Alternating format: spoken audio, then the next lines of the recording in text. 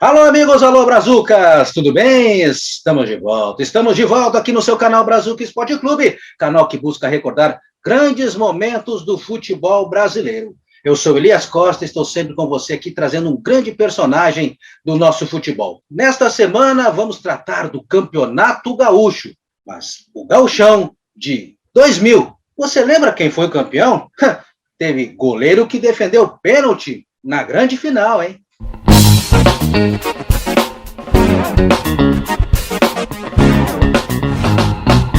O Campeonato Gaúcho de 2000 contou com a participação de 17 clubes. Na fase preliminar, 14 clubes do interior do estado disputaram 5 vagas para o octogonal semifinal. O Esportivo teve a melhor colocação. Caxias, 15 de Campo Bom, Passo Fundo e Santa Cruz se juntaram a Grêmio, Inter e Juventude. O octogonal foi dividido em 2 turnos, com os times jogando entre si. O Caxias conquistou o primeiro turno, vencendo o Grêmio por 2-1 no Estádio Olímpico. Já no segundo turno, o Grêmio garantiu a outra vaga para a grande decisão. No primeiro jogo da final, o Caxias atropelou o Grêmio, 3-0, gols de Gil Baiano, Ivair e Márcio Ram. Já na segunda partida no Estádio Olímpico, o time caxiense segurou o empate em 0-0 e conquistou o primeiro título gaúcho da sua história. O Caxias foi campeão gaúcho com Gilmar, Jairo Santos, Emerson Paulo Turra e Sandro Neves, Ivair, Tite, depois Cláudio, Gil Baiano e Márcio Ram, Jajá, depois Delmer, Adão, depois Luciano Araújo. O técnico foi Tite. A equipe caxiense conquistou 13 vitórias, 7 empates e 8 derrotas, marcou 42 gols e sofreu 28. O artilheiro do campeonato foi Felipe do Passo Fundo, que marcou 13 gols. Mas é o seguinte, hein? Antes de anunciar o convidado que vai nos ajudar a recordar esta grande campanha do Caxias no Campeonato Gaúcho de 2000, eu faço aquele pedido especial para você. Se inscreva no canal Brazuca Esporte Clube, vai lá, deixa sua curtida e espalhe para geral que tem um canal que recorda grandes momentos do futebol brasileiro. Ah, em breve tem novidades. Vamos colocar no nosso canal a outra paixão do povo brasileiro. Espere! Se inscreva no canal Brazuca Esporte Clube para saber qual é essa outra paixão, hein? O nosso convidado defendeu pênalti na grande final, pênalti batido pelo Ronaldinho Gaúcho, e foi um dos grandes líderes daquele time treinado pelo hoje técnico da seleção brasileira, o técnico Tite. Eu estou falando do ex-goleiro e hoje treinador Gilmar Dalpozo. Tudo bem, Gilmar? Muito obrigado por atender o nosso canal Brazuca Esporte Clube e recordar esta grande conquista do Caxias e, claro, falar de futebol, né? Tudo bem? Boa noite, Elias, tudo bem? Prazer muito grande estar falando contigo. Obrigado pela oportunidade e parabéns pelo belo programa. E lembrando, né? Lembrando essas histórias que elas ficam eternizadas e ficam para sempre. E nesse caso da conquista do ano de 2000, eu podendo estar participando naquele momento e participando diretamente na conquista com lances especiais, ficou muito marcado na minha memória e na memória do torcedor, especialmente do Caxias e do futebol gaúcho e, por que não, do Brasil. Tu falou aí do Tite que ele estava iniciando a trajetória dele, mas já era uma década, né? Foi em 2000, eu já conheci o Caxias de 1999, 91, que ele fez um primeiro trabalho no Caxias, então para nós não era surpresa, um grande treinador e que veio a confirmar e que hoje representa a nossa seleção brasileira. Pois é. Já começando o nosso papo, Gilmar, como é que começou a sua trajetória? Relembra um pouquinho para nós, como jogador, e como é que foi essa... Você estava retornando ao Caxias ali em 99, 2000, né? Isso, eu comecei muito tarde, se fosse para os padrões de hoje, talvez eu nem teria vingado no futebol. Eu já comecei com 19 para 20 anos, eu fui para o Caxias, eu jogava ali no Pratense, de Nova Prata, um time do interior do Rio Grande do Sul, mas era semi-amador. E até os 17 anos não tinha nem pretensão, eu era lateral esquerdo, sonhava em ser jogador de vôlei pela estatura, e aí eu recebi essa proposta do Caxias, num amistoso que o Caxias fez lá em Nova Prata, eu me destaquei, e cheguei no Caxias em 1990, onde o Caxias foi vice-campeão gaúcho também, perdeu o título para o Grêmio, participei daquela campanha, Mas como eu não tive base, não estava preparado ainda, né? Tive a oportunidade de jogar alguns jogos em 91 no Caxias, não fui muito bem. E aí, aqueles momentos que a gente tem que dar um passo para trás. Aí joguei o campeonato 93 no Guarani de Garibaldi, que estava na Série A. 94, 95 no Veranópolis, onde eu conheci o Tite, né? Tive a oportunidade de conhecer ele. E depois, quando eu voltei em 96, eu estava pronto para vestir a camisa do Caxias. Então, eu fui um dos goleiros ali de 96 até 2000, que foi o meu último jogo no Caxias. Fui um dos goleiros que mais atuei, eu acho que foi o que mais atuou com a camisa do Caxias.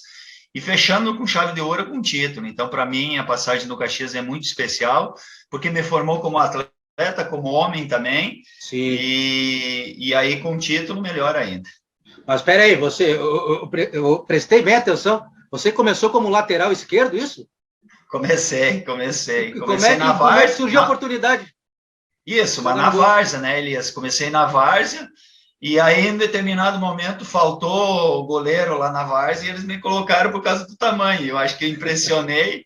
E já no primeiro ano que comecei na várzea, surgiu o Pratense Nova Prata, que eu sou ali de Paraí, uma cidade perto de Nova Prata, e ali começou a minha trajetória, mas hoje, nos padrões, eu já tô falando que eu estava já com 18 anos. 18, então, no limite, de hoje, né? Os padrões de hoje, nem ninguém recebe para fazer teste com essa idade. É verdade. E você voltou ao Caxias, e como é que foi a formação daquele grupo que seria campeão gaúcho em 2000? A chegada do Tite, do grupo, dos jogadores? Já tinha uma base de 99? Já tinha uma base. Na verdade, a gente, em 99, nós disputamos no primeiro semestre uma seletiva para disputar a Série C. Na época era a Série C, inclusive tinha o Fluminense em 99 na Série C. Sim. E a gente teve uma trajetória muito boa. Nós fomos eliminados por Serra do Espírito Santo. Naquela fase classificatória era um modelo diferente de hoje da Série C. E o Tite, ele colocou uma condição para o clube, para o Caxias, que ele ficaria, a continuidade dele é só se caso o Caxias permanecesse com a maioria dos atletas que fizeram aquela campanha boa. E o Caxias atendeu esse pedido dele, a gente ficou com uma base boa, e aí em 2000 veio alguns reforços, né? O caso do Gil Baiano, do Adão, do Jajá, mas ali ficou uma base, em 99, daquele insucesso, na verdade, da Série C, né? E essa base aí que consolidou o nosso trabalho. Depois, também, o Caxias teve a felicidade de contratar esses jogadores que foram o diferencial, e aí foram contratações, elas pontuais, que fizeram diferença pela qualidade e pela experiência também. E a gente começou o Campeonato Gaúcho 2000 não muito bem também, oscilando. A questão salarial estava influenciando diretamente no comportamento da equipe, do grupo, porque é muito difícil tu trabalhar com salários atrasados. E o Tite conduziu muito bem essa situação aí, juntamente com o presidente do Caxias. E em determinado momento a gente consolidou esse trabalho, e acho que foi no clássico contra o Juventude que nós vencemos, e depois a gente teve uma sequência muito boa, que até o final do campeonato acho que a gente não perdeu mais e acabou de forma invicta. Verdade, só lembrando o nosso amigo que está assistindo a esse especial, o Campeonato Gaúcho de 2000 começou com 14 times do interior, e depois na segunda fase, no octogonal, né, entrava Inter, Grêmio e Juventude, que na época estavam na Série A do Campeonato Brasileiro e entravam mais tarde na competição. E o Caxias, né, Gilmar, se classificou, se não me engano, na segunda colocação, né, só atrás do Esportivo na primeira fase. Exatamente. Foi na última rodada que a gente classificou, apertado, a gente entrou meio apertado. Foi nesse momento que a equipe estava oscilando. E aí, depois, quando classificou, teve uma sequência muito, muito boa, por merecimento também, a gente passando de fase e chegando até a final e conquistando o título. E mesmo com a base de 99, tinha aquela cobrança devido ao bom momento do Juventude naquela época. O Juventude já havia conquistado um Campeonato Gaúcho em 98, a Copa do Brasil de 99. Havia no Caxias essa cobrança de tentar chegar ao patamar do Juventude ou não? Elias, sempre vai ter. Quando tem clássico na cidade, essa cobrança sempre vai existir. E aí, ali em 97, 98, a partir daquele momento que o Juventude assinou com a Parmalat, foi um sucesso tremendo. E o Juventude comemorava a Copa do Brasil, acho que foi em 98, é isso, né? E a gente comemorava 99. Aquelas copinhas do segundo semestre, né? E aí havia uma diferença muito grande, uma lacuna em termos de comemoração, mas para nós era título dentro da nossa realidade. E aquilo a gente foi engolindo a seco, viu? Não foi fácil. Para o torcedor e para nós. Por isso que é bom sempre ter uma base formado no clube que se identifica. Então, o caso deu, Paulo Turra, o Washington, Ademir, entre outros, Delmer, que foram formados na base. A gente sofreu muito aquela década lá que foi do Juventude, e principalmente no momento que teve a Parmalat das conquistas.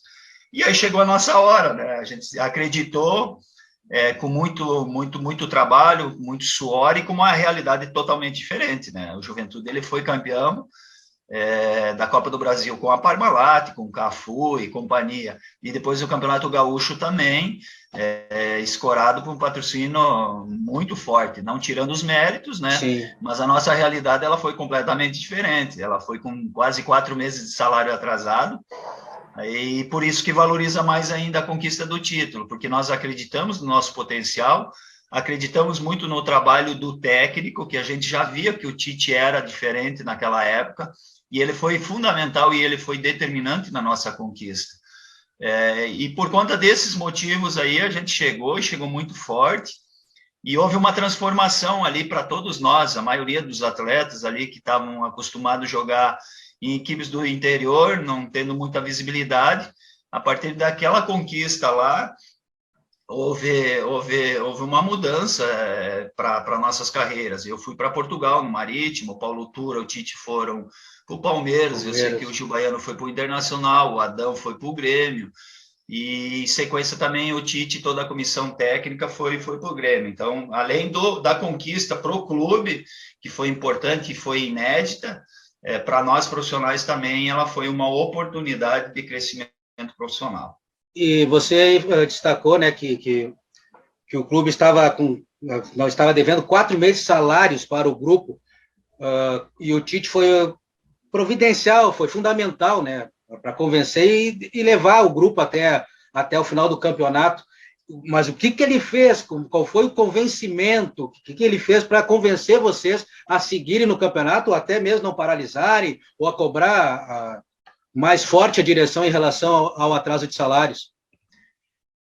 O técnico também ele tem que se reinventar. Como eu conhecia o Tite lá de Veranópolis e já numa outra passagem no Caxias em 91, que ele já tinha treinado, eu vi um Tite com muita capacidade, muito preparado, porém ele tinha que ter alguns crescimentos que é da carreira, é normal, ele começou muito cedo como técnico. Então, o Tite, ele passava informações, até as cobranças dele de forma elegante, porque o vocabulário dele é muito bom. E aí, no Caxias, ele fazia tudo isso, só que teve um fato que ele foi marcante. Nessa fase classificatória que eu falei, que a gente classificou em segundo ali, junto com o Esportivo, nós fomos jogar lá em Veranópolis, e a gente perdeu o jogo de 4-1. E a equipe, ela foi muito mal. Mas muito mal mesmo, inclusive eu falhando em 2 gols, porque de fato aquele cenário de salários atrasados, a gente não via muita perspectiva. No dia seguinte era folga, a gente folgava porque tinha um jogo na sequência da Copa do Brasil contra o Avaí, e ele não deu essa folga e chamou nós para o centenário. E aí, meu amigo, ele se transformou. Ele fez uma cobrança muito forte para toda a equipe, para todo o grupo de jogadores, sem a presença da diretoria. E o primeiro que ele começou a cobrar foi o goleiro, foi o Gilmar, fui eu. E eu me espantei com aquilo, porque o Tite é meu padrinho de casamento e a gente tinha uma afinidade, porém talvez eu não estava sabendo administrar essa amizade, separar essa amizade do técnico. E você era um dos mais experientes do grupo, né? Sim, eu era um dos mais experientes. E essa cobrança, ela aconteceu comigo e a maioria dos jogadores. e ela foi determinante, Elias. Pode ter certeza ali que foi a arrancada nossa. E aí, em seguida, a gente eliminou até o Avaí na Copa do Brasil, e aí nós tivemos aquela ascensão. Foi uma cobrança, ela foi muito pontual, foi no momento certo que nós precisávamos, que a gente tinha que entender que aquele momento era um momento de oportunidade para nós, mesmo com salários atrasados, que é muito difícil. Sim.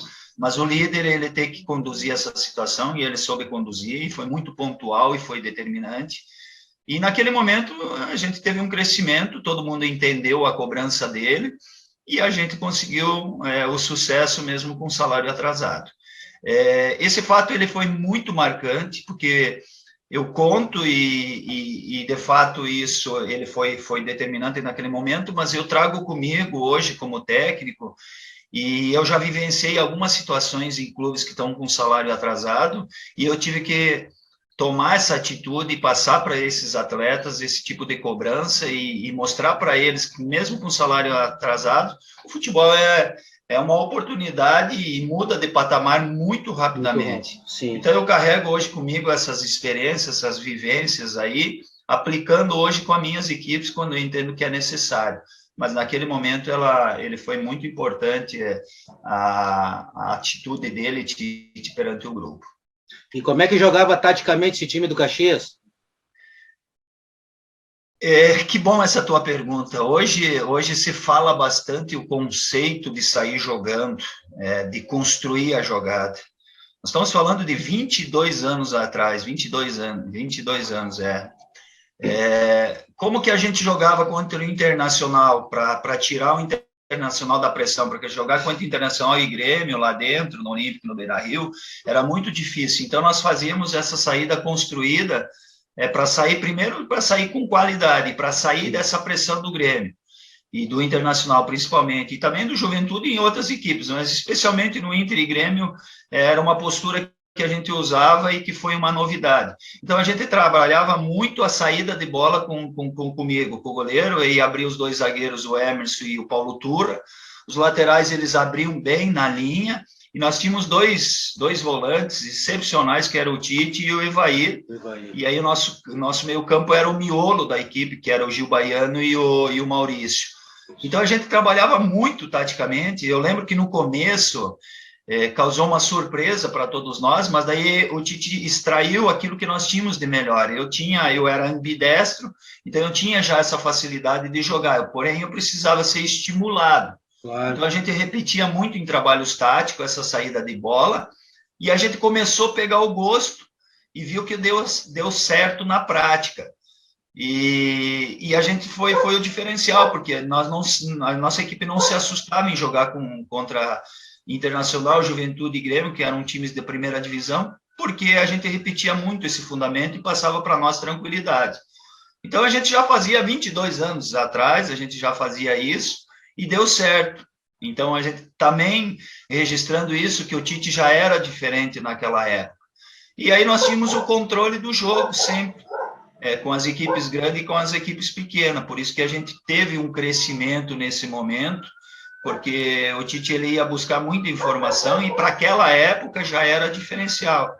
E foi o que deu certo. Taticamente, a nossa equipe ela conseguiu surpreender, porque a gente jogava muita bola. Nossa equipe era muito boa, qualificada, e tinha trabalho, e era visível, e isso passava muita confiança para nós atletas. Eu lembro que tinha você, Paulo Turra, no meio campo Gil Baiano, tinha o Márcio Ran também ali, jogando um pouco mais na contenção, depois também armando, Jajá, uma velocidade do Jajá, e o Adão, né? E oportunista, com centroavante daqueles fazedor de gol, né? Tinha uma equipe que preparava essa jogada para o Adão. Então, a gente já trabalhava essa bola numa linha de 4, passava por esse meio campo aí, que era o coração da equipe, que jogava muita bola. O Evair era um primeiro volante que tinha muita qualidade de passe curto e longo, passando sempre para essas bolas aí com o Gil Baiano e o Maurício, que eram os dois jogadores que alimentavam o ataque, né? E aí o Jajá vivia um grande momento. Também. Nós tínhamos de suplente também o Delmer, que era um excepcional jogador, que só por conta que o Jajá estava bem, ele não jogava, mas quando entrava ele era diferenciado. Então o conjunto também funcionava. Outro detalhe que foi marcante dessa equipe, ela era uma equipe que tinha muita personalidade, eram jogadores já experientes. Eu era um deles também, mas o Paulo Turra, Gil Baiano, Jairo Santos, Jajá, Maurício, 70%, 80% da equipe tinha muita personalidade, jogadores que já tinham vivenciado em outras equipes campeonatos de excelência. Então, o conjunto todo ele funcionou, inclusive essa personalidade desse grupo. Verdade. E esse grupo, no octogonal, ganhou o primeiro turno. E fora de casa, no Olímpico, 2-1 em cima do Grêmio, de Ronaldinho, Amato, da ISL. O que você lembra desse jogo, Gilmar? Para mim, foi um dos melhores jogos. Eu tive uma atuação nesse jogo que ela fez toda a diferença. Eu sei que foi um jogo muito parelho, muito equilibrado, mas a nossa equipe ela foi muito letal. Nos momentos que a gente estava melhor, a gente decidiu.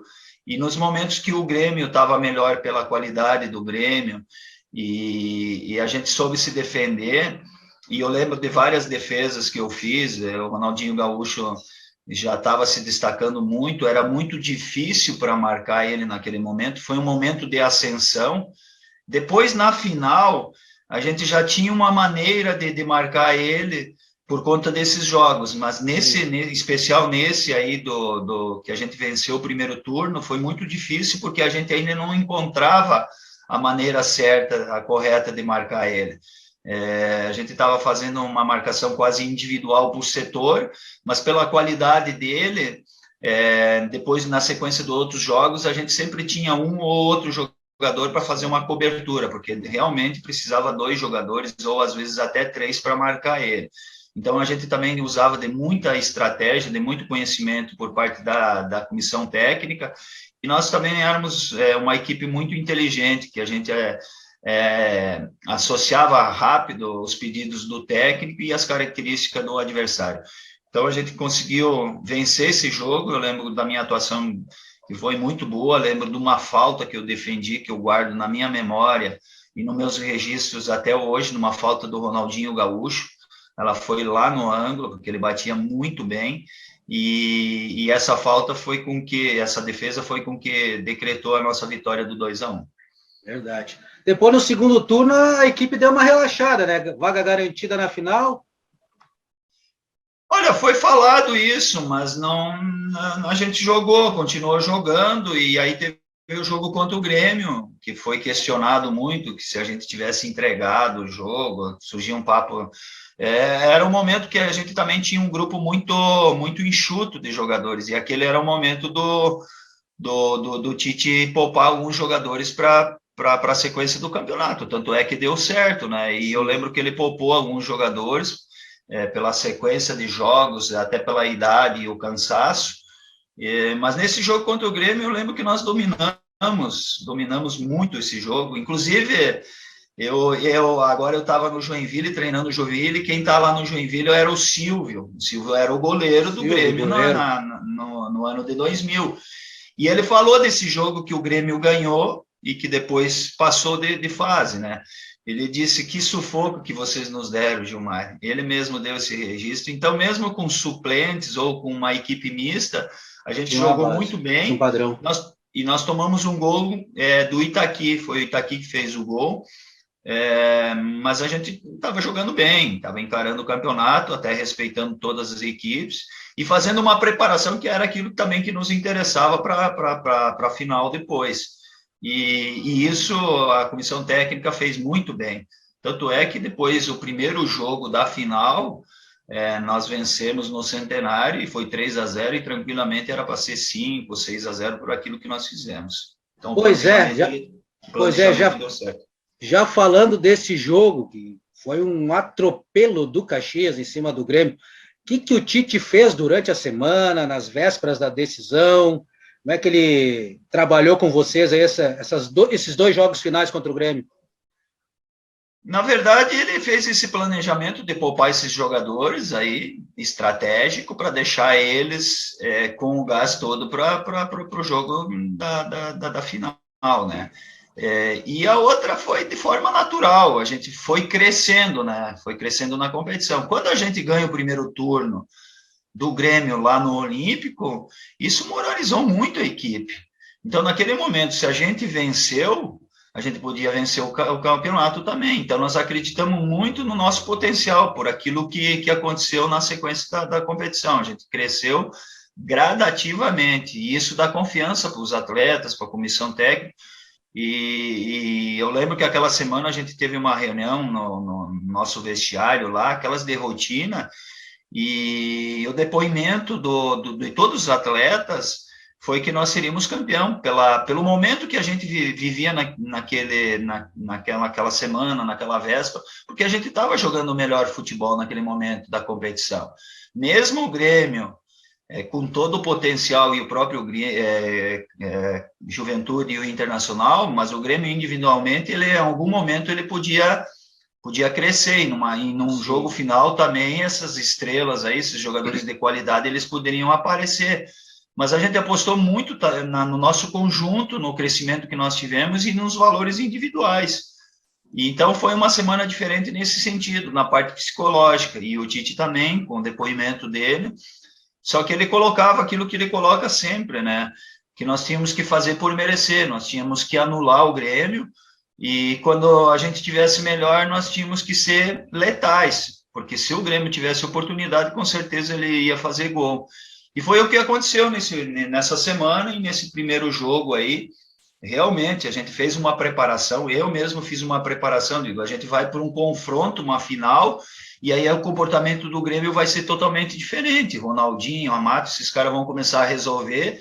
Eu vou ter muito trabalho, muito mais do que as outras partidas. Sim. E para minha surpresa, Elias, nesse primeiro jogo, além do 3-0 e do massacre que foi, eu não fiz uma defesa. Da maneira como eu entrei no estádio, que era uma noite úmida, eu não sujei meu calção. Eu fiz uma intervenção porque eu estava adiantado, mas eu não lembro de nenhuma defesa. Então, foi uma superioridade incrível. E aí, depois, você jogando bem o primeiro jogo, tu leva para uma final dentro do Olímpico essa confiança. E aí, claro, depois no segundo jogo ele foi mais equilibrado, mas especialmente nesse primeiro jogo, foi aonde encaminhou o título, foi o 3-0, mas saiu barato. Sim. Era tranquilamente, era para ser 5-0 por aquilo que a gente produziu. Verdade. Depois em Porto Alegre, como você destacou, 0-0, com muitas defesas do Gilmar. Aí eu tive que trabalhar, né? Como em Caxias eu não tinha trabalhado, o Paulo Turro, o Gil Baiano disseram, agora chegou a tua vez, agora tu vai sujar o calção. Segura a onda aí. Segura a onda. E aí no Olímpico, os primeiros 10, 15 minutos até a gente foi melhor. E aí depois teve alguns lances de jogadas individuais do Ronaldinho, aí a torcida veio, empurrou, aquela coisa que a gente sabe, né? Da tradição do Grêmio, que é muito forte. E aí, mas a gente soube controlar. Daí eu tive a felicidade de fazer uma sequência de 3, 4 defesas ali, que elas foram importantes, porque se toma o gol naquele momento, por mais que a nossa equipe ela era experiente, ela traz um conforto para o adversário. Sim. Então a gente conseguiu segurar e ir para o intervalo 0-0, e a gente sabia que à medida que ia passando o jogo, o título ia chegando mais próximo, né? Porque cria passa uma inconfiança, os jogadores do Grêmio já queriam acelerar a jogada, tu via que era de forma meia precipitada, e a gente estava controlando o jogo, a gente controlou o jogo até o final. Com direito à defesa no final de pênalti ainda? Defendeu o pênalti do Ronaldinho. E aí no final teve essa defesa, teve o pênalti, né?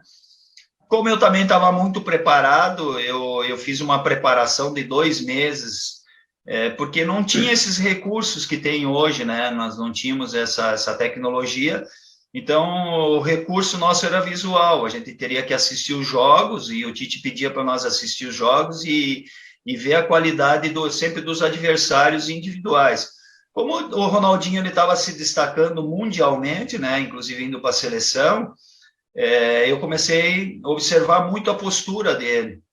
Então, toda vez que ele posicionava para bater, principalmente as bolas paradas, uma falta frontal, um pênalti, o próprio escanteio, a maneira da postura que ele se posicionava, tinha uma probabilidade de 70%, 80% que a bola tinha um endereço.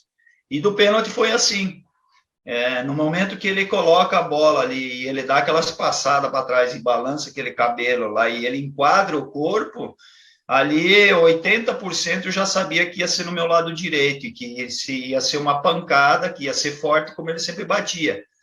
Então, eu apostei nesse estudo meu, tive convicção, para mim não foi surpresa nenhuma. Quando ele se posicionou, eu já tomei a decisão que era ali. Eu já sabia que era aí. Tinha os outros 20% que ele podia mudar de lado, né? Sim. Mas então eu fui em cima do estudo. E aí eu tive a capacidade, eu acho que tive a capacidade, a felicidade também de fazer a defesa. Eu fui muito firme na bola, porque realmente foi uma cobrança bastante forte. E aí só foi sair para o abraço. Eu estava lembrando agora, tem um amigo meu que a gente jogava bola junto, era goleiro. Ele sempre dizia, goleiro tem que ser meio louco. Gilmar era meio louco ou não? Era tranquilo? Não, eu escolhi as piores posições, goleiro. Agora, técnico, eles falam a mesma coisa, técnico tem que ser louco. Eu digo, lógico, para ser técnico tem que ser louco. Essa loucura que é a função de técnico. E só falta outra depois. Na nova geração, na outra encarnação, eu acho que eu vou ser árbitro, vou escolher as caras mais desafiadoras. Não, eu era muito equilibrado. Eu era muito, muito equilibrado, mas mentalmente, eu era muito forte. Eu não levava desaforo para casa, eu sabia me colocar e não era imprudente. Eu fui só uma vez expulso como atleta e só uma vez expulso como técnico também, então são 33 anos nessa carreira aí, 2 expulsões, eu acho que é muito pouco, mas eu mentalmente eu era muito forte. Eu sabia os momentos que eu tinha que me posicionar perante o adversário, perante a arbitragem, perante os companheiros também, sempre fui uma liderança.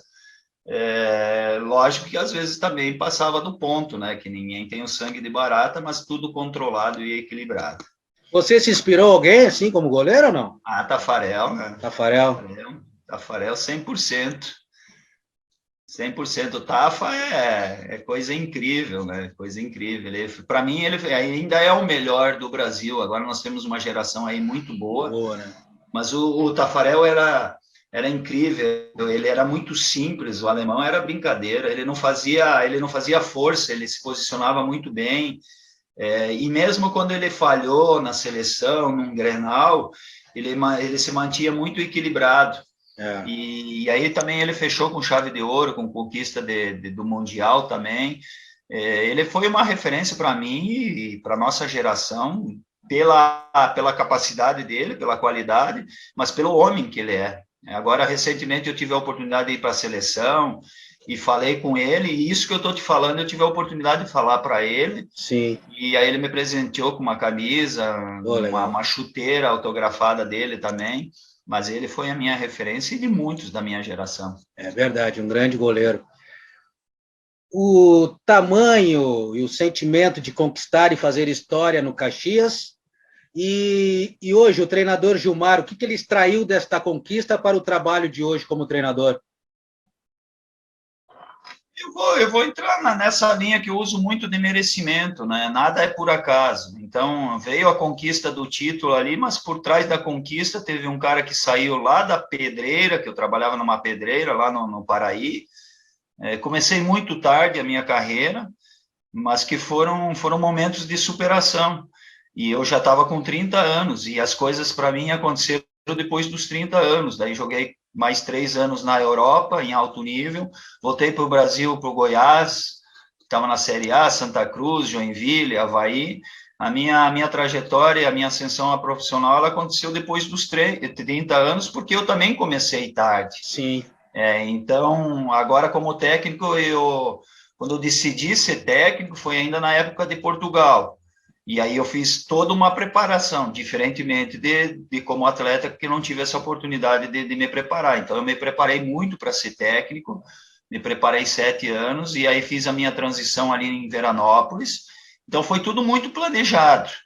Então, fiz 4 anos no interior do Rio Grande do Sul, 4 temporadas no Veranópolis, um trabalho no Novo Hamburgo e outro no Pelotas. E quando eu recebi o convite da Chapecoense, eu já estava preparado. Foram 4 anos que me deram uma condição de preparação muito boa para subir um degrau a mais. E aí a Chapecoense estava na Série C, e aí da Série C a gente foi para a B, e da B a gente já foi para A. Porque eu me sentia muito preparado naquele momento. Então, para mim, também não foi surpresa nenhuma. Do trabalho que eu fiz no interior do Rio Grande do Sul, ali que me deu uma base. 2 anos depois, eu estava disputando uma Série A do Campeonato Brasileiro contra as 20 melhores equipes, Flamengo, Fluminense, Internacional, Grêmio, enfim. Então, principalmente ali naquela trajetória da Chapecoense, eu passei toda essa minha experiência aí do Caxias, que é possível, sim, mesmo com salários mais baixos, orçamentos mais baixos que outras equipes, que os concorrentes, é possível, basta acreditar. Então, eu consegui passar essa minha vivência para os atletas, especialmente na Chapecoense e depois em outros clubes também, onde a gente conquistou acesso e títulos. Então, a experiência, a vivência é que faz a diferença. Então, eu consegui passar toda essa minha vivência para os atletas, inclusive agora, recentemente, também no Joinville, foram 30 dias aí de trabalho, numa situação um pouco diferente, mas que é considerada que nenhuma conquista de título pelo cenário que eu encontrei no clube. Você, logo no início da resposta, né, você falou que pensou em ser treinador quando estava em Portugal. E agora estamos vivendo esse momento do futebol brasileiro, onde, pelo menos na Série A, metade dos clubes tem aí onde trabalham com treinadores estrangeiros, né? O que você acha desse momento do futebol brasileiro e principalmente em relação aos treinadores, né? Muita gente comenta que o treinador brasileiro hoje está desatualizado. É isso mesmo? Bom, eu tenho convicção dessa tua pergunta por conta do processo. Então, quando eu decidi ser técnico lá em Portugal ainda, foram 7 anos de preparação, eu não tive nenhuma oportunidade de curso da CBF, não existia isso aqui no Brasil. E lá em Portugal eu não consegui fazer, porque por conta do meu trabalho que eu atuava como goleiro, então eu não consegui. Sim. O que eu fiz? Eu procurei fazer cursos de oratória e dicção, procurei fazer curso de relações humanas, mas correndo atrás e se virando. Mas na CBF ninguém oferecia para profissionais aqui no Brasil. Eu tinha ideia, mas não tinha a oportunidade de me capacitar. Então, eu tive que partir da minha iniciativa, fazer esses cursos e fazer muitas anotações. Eu tenho o trabalho do Mourinho, por exemplo, quando eu joguei em Portugal. Sim. Eu tenho trabalhos do Jorge Jesus, que era do Acadêmica lá, que era um outro brasileiro que jogava lá também, e fui anotando. O Cuca no Goiás, eu mesmo anotava com a minha caneta na minha agenda e fui me preparando. E por isso que para mim não foi surpresa, quando eu comecei como técnico, porque eu estava preparado. Mas também entendo que aquela não era uma preparação adequada. Tinha que se aprofundar mais nas questões táticas, aquilo que é do nosso dia a dia. E depois isso mudou quando nós perdemos a Copa de 2014, que surgiu os cursos da CBF, e que são muito bons. Eu, inclusive, finalizei o Licença A, e depois vou finalizar o PRO também. E aí surgiu essa oportunidade de capacitação para os profissionais. Porém, isso demora, isso requer tempo. E nessa transição aí, a gente perdeu espaço, já que os portugueses e outros países já estavam fazendo. Inclusive, na época que eu jogava em Portugal, já tinha esses cursos lá. Então, a gente ficou muito atrasado por conta dessas condições de oferecer aos profissionais. E isso requer um pouquinho de tempo. Isso não diminui nós técnicos. Só faltou essa oportunidade, como é numa faculdade, a pessoa ela se preparar para qualquer tipo de negócio. Então, faltou isso no processo, e eu estou muito, muito feliz que agora tem, porém demora um pouquinho. E é muito modismo também, é muita frescura isso que está se fazendo. tem a qualificação, os técnicos portugueses eles têm, que bom, é uma oportunidade da a gente aprender também com eles, mas eu fui da época que o Filipão foi para Portugal lá e levou uma mentalidade diferente que eles não tinham, e que vários técnicos brasileiros estavam dominando o mercado português, e aí não diminuía também os técnicos portugueses. Mas agora é modismo, daí está se falando muito só dos estrangeiros, e não quero tirar mérito deles, mas não vamos esquecer do Abel. O Abel do Internacional, com um time limitado, quase foi campeão, e por interferência de arbitragem, ele não foi campeão, tiraram um título. Agora foi campeão em cima do próprio Flamengo, recentemente, da Taça Guanabara. O Cuca, o belo trabalho que está fazendo. O Marquinhos no América. E aí eu posso enumerar vários trabalhos. Eu queria ver, naquelas condições que eu encontrei a Chapecoense, se algum técnico estrangeiro ia conseguir fazer o que eu fiz na Chapecoense. Eu queria ver, de fato eu queria ver. O Tencati, que fez no Londrina, o Rogério no Brasil, de Pelotas, aí, entre outros. Então, a diferença é isso. Existe bons técnicos, sim, brasileiros, como existem outros portugueses, argentinos, só que aqueles que eles estão vindo e estão conquistando nas melhores equipes, com poder aquisitivo lá em cima. Mas né? isso. Mas muito deles, teve um técnico aqui português que veio no Avaí, pouco se fala. No Santos também, e entre outras equipes, o próprio Internacional, quantos estrangeiros aí passou aí? O melhor trabalho dos últimos anos foi do Abel. Então é muito modismo, muita conversa fiada também que se fala por aí, mas que bom que tu me deu essa oportunidade, porque na minha época eu não tive, e o Brasil ficou atrás, talvez lá nos anos de 2000, Sim. lá se tivesse começado os cursos, hoje nós tínhamos profissionais mais capacitados, com certeza. Então a qualificação da CBF, juntamente com os conhecimentos e a qualidade desses outros técnicos, vai fazer com que a nossa classe ela vai evoluir cada vez mais. É verdade. E acredito também que tem que mudar um pouco a cultura, né? Que hoje perde 3, está fora. Com certeza. Recentemente o Internacional aí que caiu na Copa do Brasil contra o Globo, eu queria pagar para ver se era o Gilmar, se era um técnico brasileiro, se eles iam sustentar. Com certeza, algum motivo deve ter aí, uma multa, enfim. Eu queria ver se fosse um técnico brasileiro para ver se eles iam sustentar no cargo um técnico que nem foi do Internacional. Você vem acompanhando o Campeonato Gaúcho? Venho. Antes de assumir o Joinville, inclusive eu estava no Rio Grande do Sul, eu tinha de assistir Ipiranga e São Luís, e aí eu peguei o Covid, mas era para assistir, era para fazer uma turnê, ia ver um jogo do Caxias. Sim. E agora eu tô para ir para lá, acho que no final de semana eu devo assistir o jogo do Caxias e União Frederiquense, parece que é isso. A última rodada. Nos meus momentos que eu tô parado, eu tenho viajado bastante, assistir, renovar o banco de dados, é importante conhecer o campeonato. Com a pandemia me limitou muito esses 2 anos, mas agora que está podendo, eu tenho viajado muito, porque eu entendo que presencial é bom, tu vê novos jogadores, inclusive quando eu fui para Chapecoense, eu levei vários jogadores aí do interior do Rio Grande do Sul, Sim. Jogadores bons que se destacaram, e aí isso também deu certo, e isso facilita o trabalho de um técnico. Então, pode-se repetir aí a façanha do Caxias em 2022? Esse ano? Esse ano? Eu vi um jogo só do Caxias. Eu só vi um jogo do Caxias. Mas eu digo o clube do interior, uma conquista de um clube do interior. Pelo momento da dupla Grenal, pelo momento, sim. Eu acompanhei um pouco o Ipiranga de Erechim, está com uma bela equipe. Depois eu assumi o Joinville e não acompanhei muito, né? Mas pelo momento que está passando Internacional e Grêmio, e o próprio Juventude, né, que não está passando um bom momento, para mim não vai ser surpresa se surgir um campeão do interior, mas sabendo que na próxima fase também é outro campeonato, né, Elias?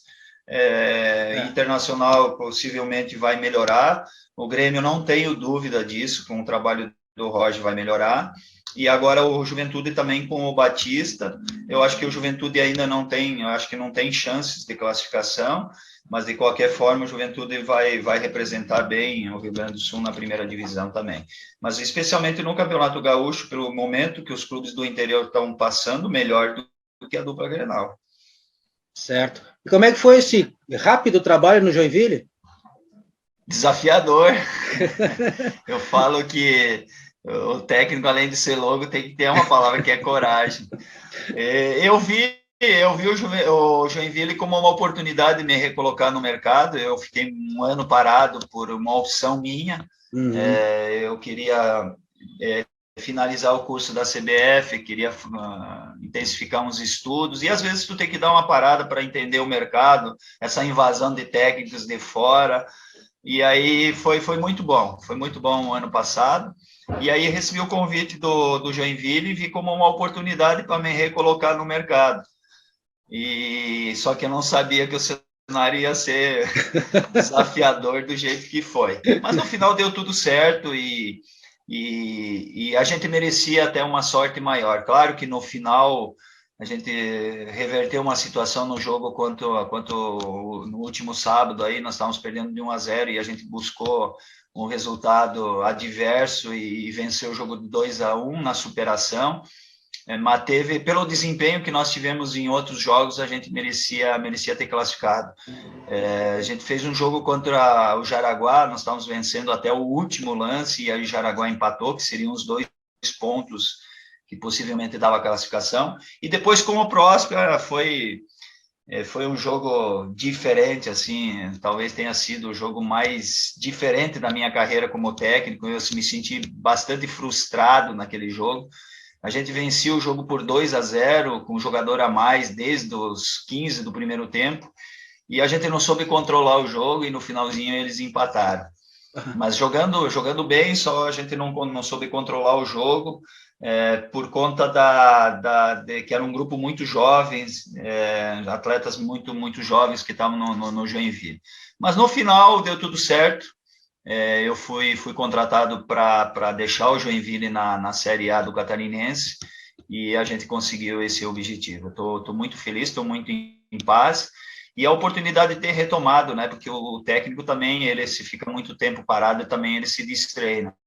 Então, aí foi bom para retomar a minha carreira, né? Esses 30 dias aí foram muito intensos, né? Foram 8 jogos em 30 dias, uma sequência de jogos que eu não tive a oportunidade de trabalhar no campo, era Sim. jogar e descansar, mas a gente conseguiu o objetivo principal, que era deixar o Joinville na primeira divisão do Campeonato Catarinense, e para mim foi uma oportunidade para retomar, porque o técnico também ele se destreina, quando ele fica muito tempo parado, ele fica bastante na parte teórica, que é totalmente diferente da parte prática. Então, para mim, foi um pré-vestibular aí que foi muito bom para a sequência da minha carreira.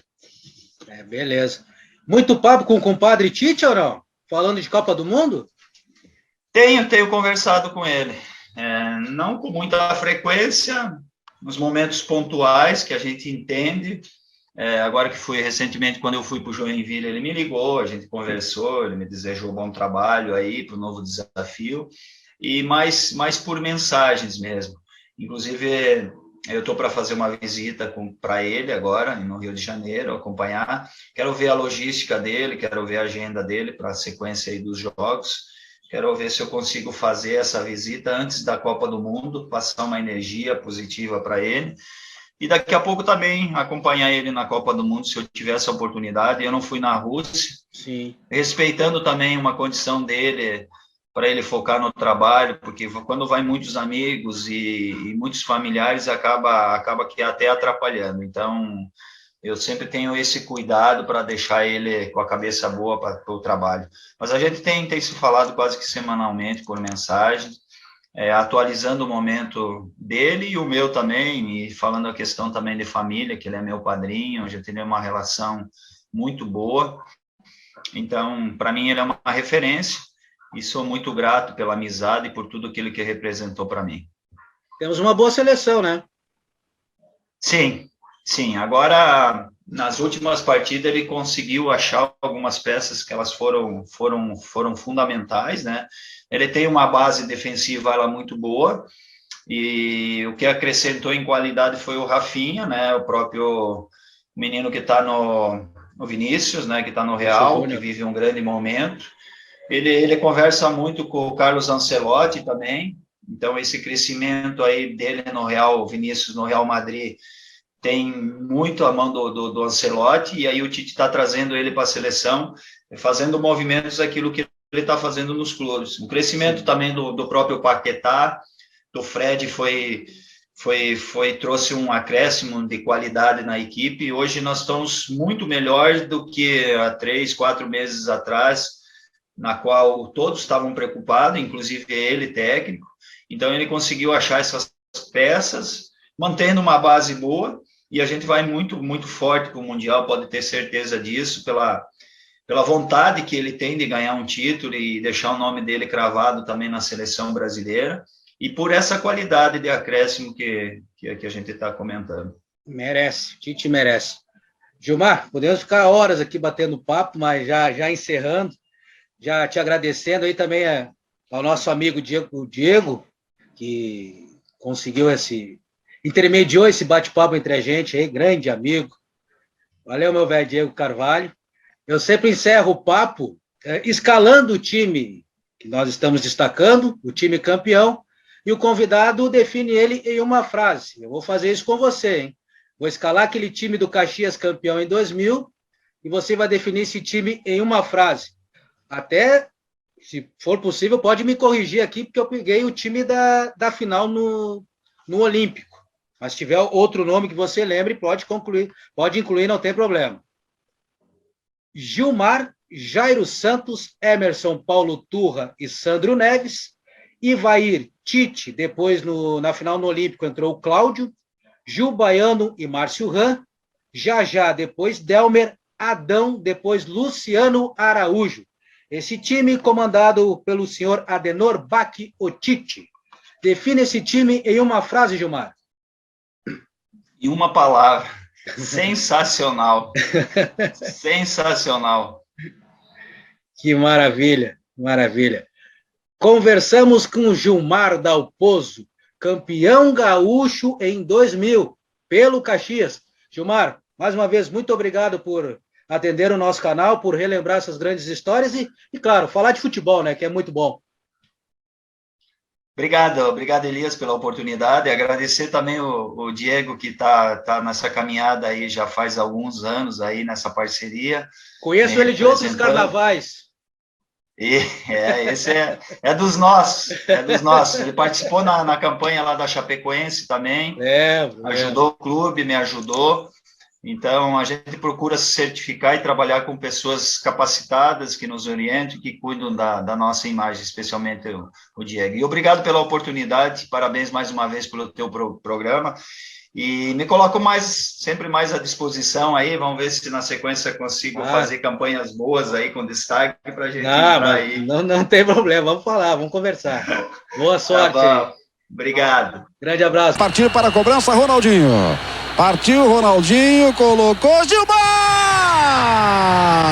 Gilmar, quando termina o jogo, brilhou o herói do time do Caxias em todo o Campeonato Gaúcho. Dando mais brilho para a conquista do Caxias, Gilmar buscou o pênalti do Ronaldinho. O Caxias é campeão gaúcho da temporada 2000. A Serra Gaúcha está comemorando o título do Caxias. O estado do Rio Grande do Sul está aplaudindo o time do Caxias. O time do interior do estado.